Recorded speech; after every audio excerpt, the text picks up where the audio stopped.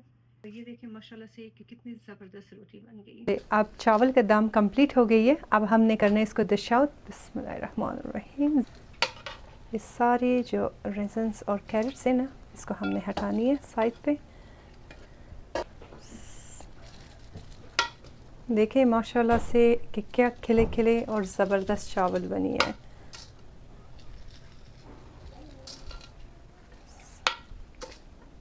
इतनी ज़बरदस्त खुशबू आ रही है ना इस वक्त माशाल्लाह से। जो है ये रेज़न्स और कैरेट्स हमने डालना है। अब इसके ऊपर रखना है हमने ये कबाब। ये कबाब जो है हमने रखनी है इसके ऊपर इस तरीके से। और ये हो गई है टमाटर। ये हो गई। ये गोभी का जो था ना, मैंने आप लोगों को रेसिपी नहीं दिखा सकी, लेकिन ये मैंने पहले भी आप लोगों के साथ शेयर कर चुकी हूँ। बड़ा सिंपल है। तो ये साइड में जो है ना गोभी भी बिल्कुल देखिए साबित साबित बनी है। हमारी फाइनल खाने का एक लुक मैं आपको दिखाती हूँ इससे पहले कि हम ट्राई करें। और ये देखिए कि क्या ज़बरदस्त किस्म की माशाल्लाह से चावल बनी है, कबाब, चटनी, सैलेड और ये रोटियां और साथ में मज़ेदार गोभी। आप ट्राई करते, और हम हमेशा यहाँ काउंटर पे सिर्फ ट्राई करते खाना और फिर शीट लगा के आराम से बैठ के खाना खा लेते हैं। खुशबू बड़ा आला है। बता रही है ये बहुत मज़े का बना। चले आप ट्राई करके मुझे बताएं कि आपको कैसा लगा।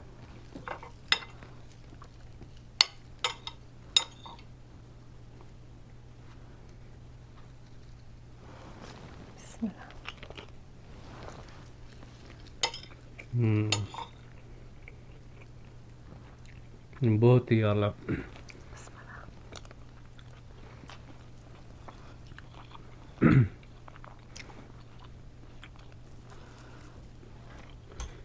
बहुत ही मज़े के। मेरे पास तो कोई भी अल्फाज नहीं है अपने खाने का तारीफ करना। मैं आपको सच्ची कह रही एक हूँ। कमेंट भी आया था, उसमें कह रहा था कि आरज़ू को कि मैं अपनी फेवरेट हूँ।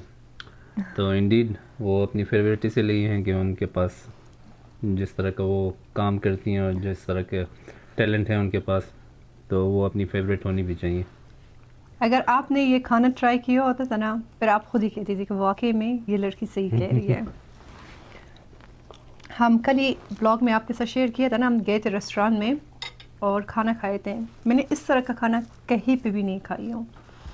और कबाब इतनी मज़े की बनी है ना कि आप जब खाए ना आपके मुंह में पिघल जाती हैं, इतनी मज़े का है और फुल ऑफ फ्लेवर्स है, ज़बरदस्त।